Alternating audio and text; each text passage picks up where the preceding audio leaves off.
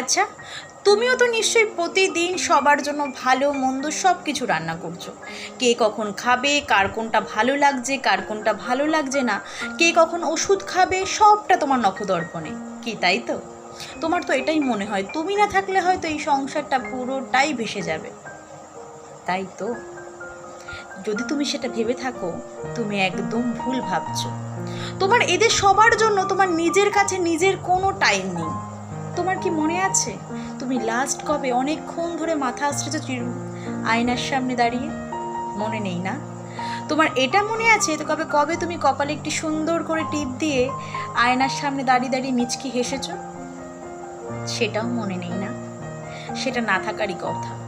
যে মানুষগুলোর জন্য তুমি অকালপন দিন রাত খেটে যাচ্ছ, তুমি তাদেরকে একবার বলো না তোমার 2 দিন ছুটি লাগবে। দেখো তারা তোমাকে কি বলে। দেখবে ওই 2 দিনের মধ্যেই তারা তোমাকে কারণ নেই অকারণ নেই অনেক কটু কথা শোনাচ্ছে।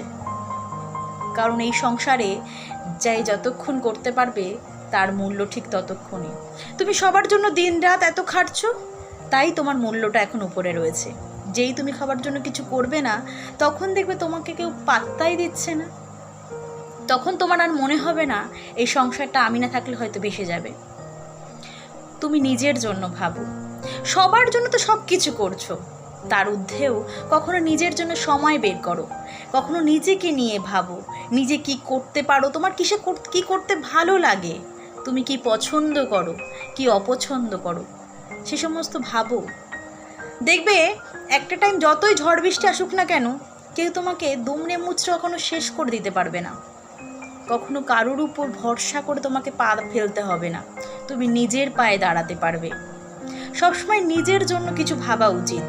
পরবর্তী দিনের পরিস্থিতি কি কেমন হয় সেটা তো বলা যায় না, তাই নিজেকে সময় দাও, নিজের জন্য কিছু করো।